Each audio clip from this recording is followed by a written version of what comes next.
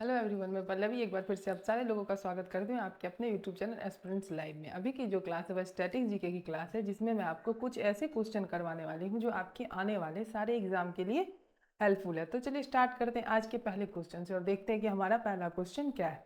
हमारा पहला क्वेश्चन है कि राष्ट्रीय गणित दिवस कब मनाया जाता है। ऑप्शन है आपका 17 दिसंबर को, 22 दिसंबर को, 20 दिसंबर को और 25 दिसंबर को। तो राष्ट्रीय गणित दिवस जो है आपका कब मनाया जाता है? 22 दिसंबर को। ऑप्शन बी आपका इसका राइट आंसर है।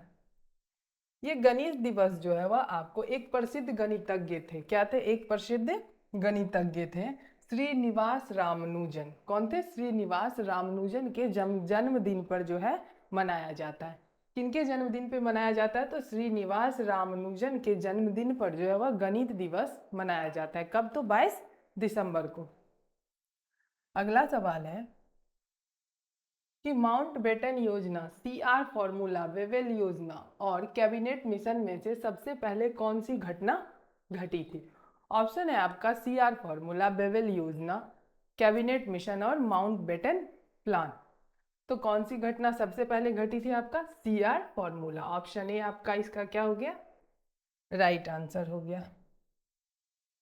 सीआर फॉर्मूला जो है वह 1944 में प्रस्तुत किया गया था। कब प्रस्तुत किया गया था? 1944 में। और बेवेल योजना जो है वो 1945 में, कैबिनेट मिशन 1946 में और माउंटबेटन प्लान जो है वो 1947 में।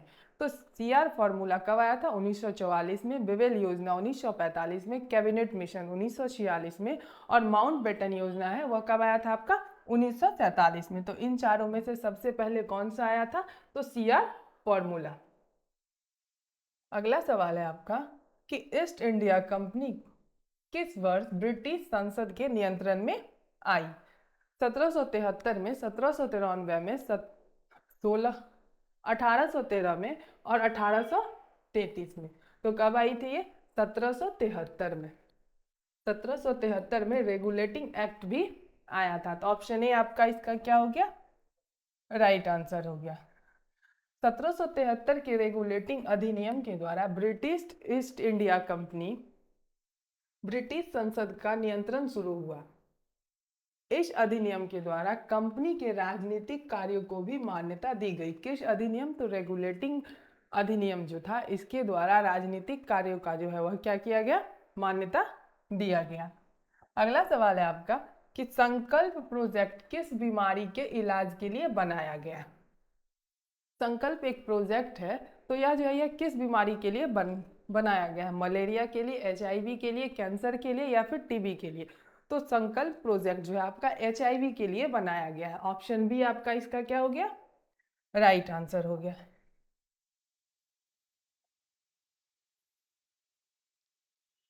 ये संकल्प प्रोजेक्ट जो है वह एचआईवी की घातक बीमारी के इलाज के लिए और उस पर नियंत्रण के लिए शुरू किया गया है। नेक्स्ट क्वेश्चन है हमारा कि क्लाइव के द्वैत शासन के संदर्भ में निम्नलिखित कथनों पर विचार करें। ऑप्शन है आपका इससे अंग्रेजों और नवाब के बीच तनाव बढ़ गया, इसके कारण आंग्ल मराठा संघर्ष हुआ था, इसके द्वारा सत्ता को जिम्मेदारी से अलग रखा गया था। तो आपका इसका राइट आंसर क्या है? आपका इसका राइट आंसर है इसके द्वारा सत्ता को जो है वह जिम्मेदारी से अलग रखा गया था। किसके द्वारा? तो क्लाइव के द्वैध शासन के द्वारा। ये शासन जो था आपका वो ईस्ट इंडिया कंपनी और नवाब की स्थिति जो थी स्पष्ट की गई थी। ये द्वैत शासन में जो है ईस्ट इंडिया कंपनी और नवाब की जो स्थिति थी उसको क्या की गई थी? स्पष्ट की गई थी। इसलिए ब्रिटिश और नवाब के बीच में विवाद की संभावना नहीं थी। द्वैत शासन के द्वारा अंग्रेजों को राजस्व इकट्ठा करने का अधिकार प्राप्त था। किसके द्वारा? द्वैत शासन के द्वारा जो है वो अंग्रेज क्या कर सकते थे? राजस्व को इकट्ठा कर सकते थे। लेकिन भारत के प्रशासनिक मामलों में अंग्रेजों की कोई जिम्मेदारी नहीं थी। भारत का जो प्रशासनिक मामला था उसमें अंग्रेज जो थे उनका कोई हाथ नहीं था, कोई जिम्मेदारी नहीं था कि वो प्रशासनिक मामलों में सुधार करें या फिर उनमें कुछ चेंजेस लाएं। इस द्वैत शासन की विफलता के चलते वारेन हेस्टिंग ने 1772 में इसे समाप्त कर दिया। द्वैत शासन कब समाप्त की गई थी? तो 1772 में। किसने की थी? तो वारेन हेस्टिंग्स की थी। चलेंगे अगले सवाल की ओर। अगला क्वेश्चन है कि निम्नलिखित विकल्पों पर विचार कीजिए। गोवा, महाराष्ट्र और कर्नाटक। महादयी जल विवाद जो है किन राज्यों के मध्य है? महादयी एक जल विवाद है, ये दो राज्यों के बीच है, तो वो दो राज्य कौन कौन है? ठीक है, तो गोवा और महाराष्ट्र, कर्नाटक जो है, गोवा और कर्नाटक, इन दोनों राज्यों के बीच जो है वह महादयी जल विवाद है। आपका कौन सा इसका राइट आंसर हो गया? Option B. महादयी को जो है गोवा की जीवन रेखा कहा जाता है। किसको जीवन रेखा कहा जाता है? महादयी को। कहाँ की? तो गोवा की। इसकी कुल लंबाई कितनी है? 77 किलोमीटर है। यह नदी कर्नाटक के भीमगढ़ से निकलती है। ये महादयी जो है यह कर्नाटक के भीमगढ़ से निकलती है और इसकी कुल लंबाई कितना है? 77 किलोमीटर है। अगला सवाल है कि निम्नलिखित कथनों पर विचार कीजिए। भारत में उत्पादित की जाने वाली उन देश की आवश्यकताओं को पूरा करने के लिए पर्याप्त नहीं है। भारत में उत्पादित की जाने वाली उन कपड़ों के लिए उपयुक्त नहीं है। उपरोक्त में से कौन सा कथन सही है? उपयुक्त नहीं है या फिर उपयुक्त में से कौन सा कथन सही है? आपका इसका राइट आंसर क्या है? मतलब दोनों जो है वह सही है, ये दोनों जो है वह सही है। तो ऑप्शन सी आपका इसका क्या हो गया? राइट आंसर हो गया। भारत में उत्पादित की जाने वाली उन देश की आवश्यकताओं को पूरा करने के लिए पर्याप्त नहीं है और यह उन कपड़ों के निर्माण के लिए उपयोग नहीं होता है। नेक्स्ट क्वेश्चन है हमारा कि गुलामगिरी नामक पुस्तक किसने लिखी थी? ईश्वर चंद्र विद्यासागर ने, आचार्य विनोबा भावे ने, ज्योतिबा फूले ने या फिर दादू दयाल ने? तो गुलामगिरी पुस्तक जो है किसने लिखी थी? ज्योतिबा फूले ने। तो ऑप्शन सी आपका इसका क्या हो गया? राइट आंसर हो गया। ज्योतिबा फूले जो 1873 में गुलामगिरी नामक पुस्तक लिखी थी, जिसमें यह पुस्तक अमेरिका की दास प्रथा पर आधारित थी। यह पुस्तक जो है किस पे आधारित थी? तो अमेरिका की दास प्रथा पर आधारित थी। कब लिखी थी? तो 1873 में। और 1773 में क्या आया था? तो 1773 में आपका रेगुलेटिंग एक्ट आया था, रेगुलेटिंग अधिनियम।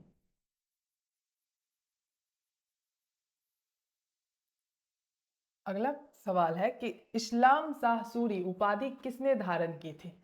इस्लाम शाह सूरी उपाधि जो है वह किसने धारण की थी? जलाल खान ने, शेरशाह सूरी ने, अकबर ने या फिर जलालुद्दीन खिलजी ने?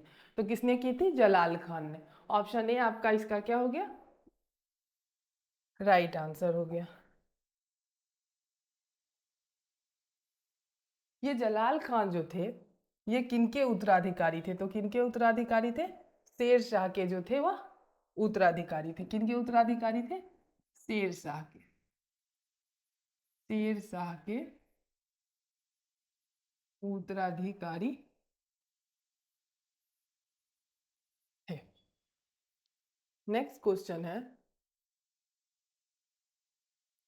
कि मालवा पठार मुख्य रूप से किन राज्यों में स्थित है? मालवा का जो पठार है वह किन राज्यों में स्थित है? मध्य प्रदेश, गुजरात, राजस्थान? मध्य प्रदेश, गुजरात या फिर महाराष्ट्र?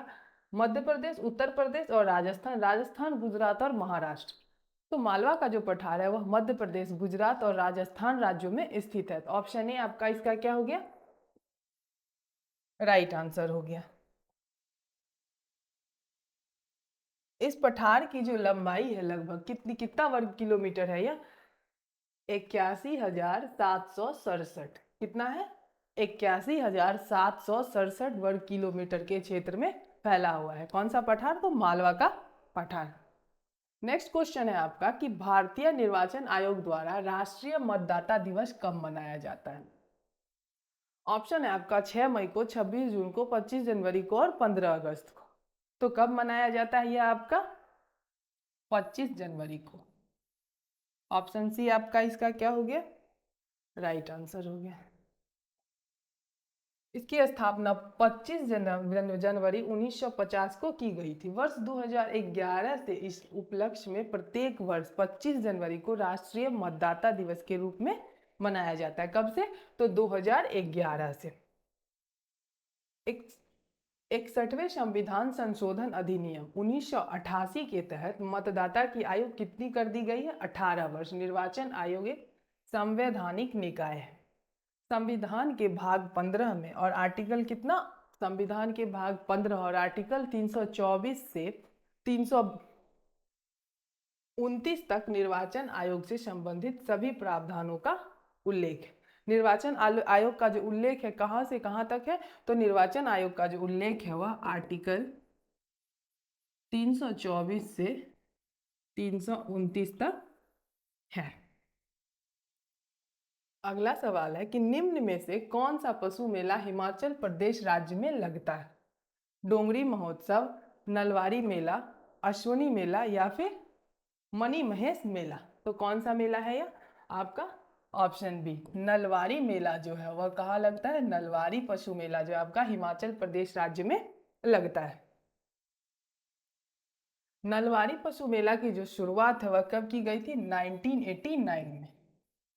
कब की गई थी? 1989 में जो वह मलवारी मेला की शुरुआत की गई थी। और ये मेला लगता कहाँ है? यह एक पशु मेला है और ये कहाँ लगता है? तो हिमाचल प्रदेश में ये मेला लगता है। अगला सवाल है कि निम्न में से कौन सी ऑफ पॉपीज नामक पुस्तक के लेखक हैं? विक्रम चंद्रा, सलमान रुश्दी, अमिताभ घोष और रोहिंटन मिस्त्री? तो आपका इसका राइट आंसर क्या है?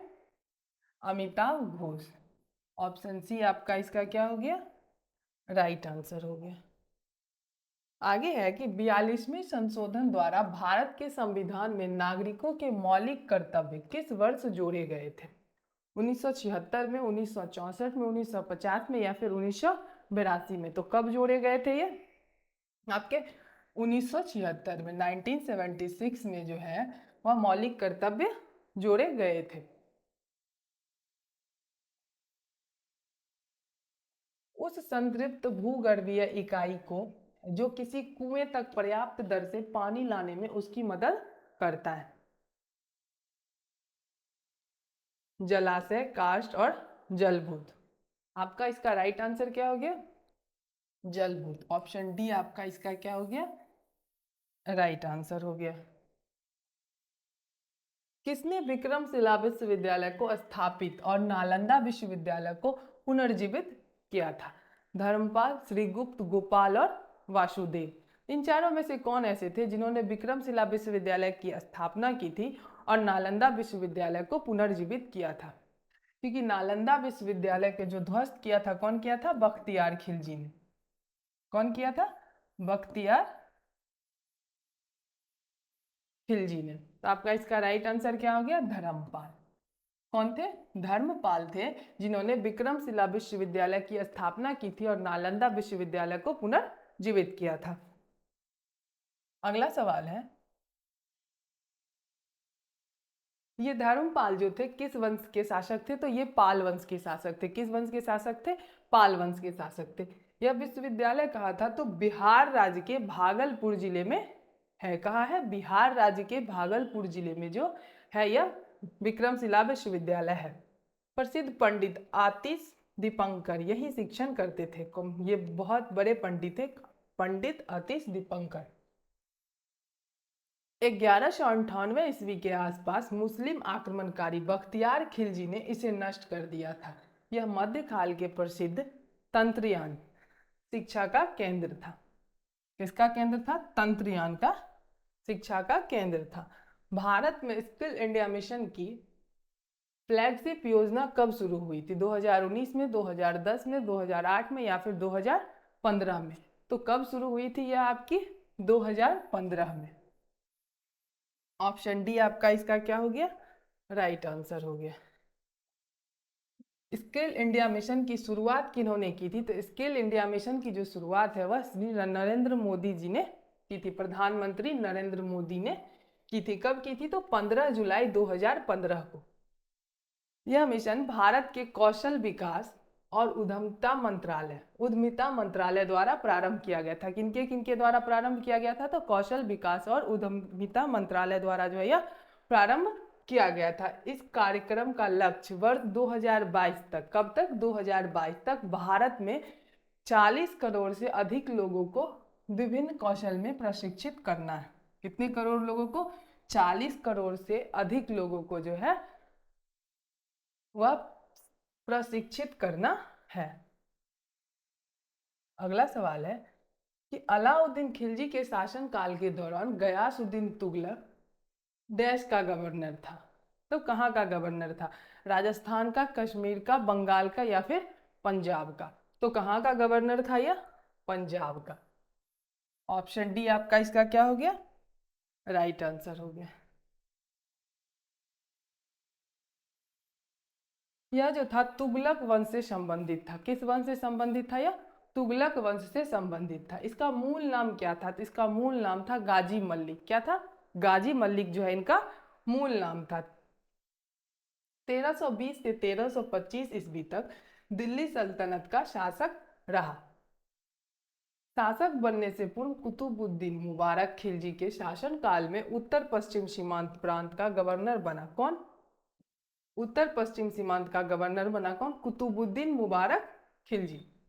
यह दिल्ली सल्तनत का पहला शासक था। क्या था? पहला शासक था जिसने अपने नाम के साथ गाजी शब्द जोड़ा था। स्वामी विवेकानंद ने वर्ष में शिकागो, संयुक्त राज्य अमेरिका विश्व धर्म सम्मेलन में वैदांतिक दर्शन की सर्वोच्चता का उल्लेख किया था। किस वर्ष जो है स्वामी विवेकानंद जो है शिकागो में वैदांतिक दर्शन की सर्वोच्चता का उल्लेख किया था? 1893 में, 1898 में, 1878 में या फिर 1884 में? तो कब किए थे? 1893 में। ऑप्शन ए आपका इसका क्या हो गया? राइट आंसर हो गया।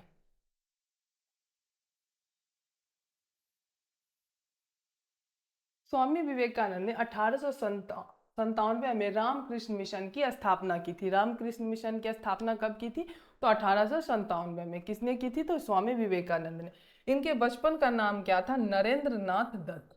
किनके बचपन का? तो स्वामी विवेकानंद के बचपन का नाम क्या था? स्वामी विवेकानंद के बचपन का नाम क्या था?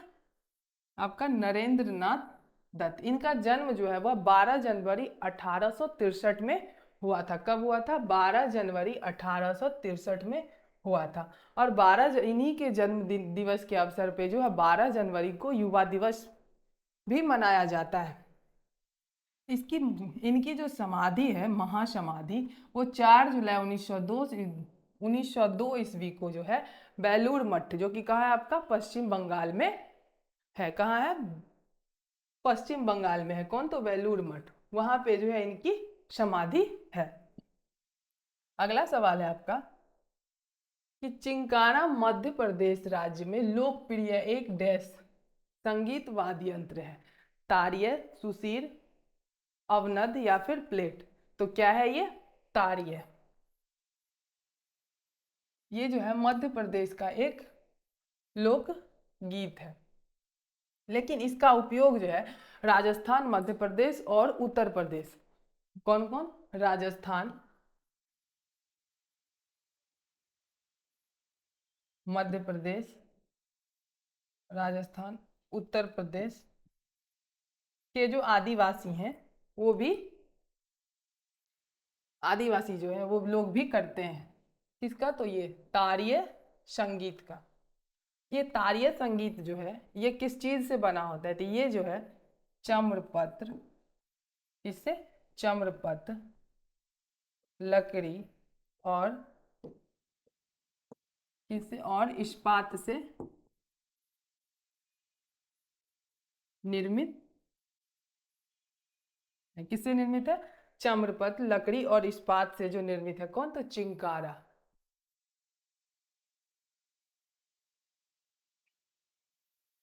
ठीक है। राजस्थान, मध्य प्रदेश और यूपी के जो आदिवासी हैं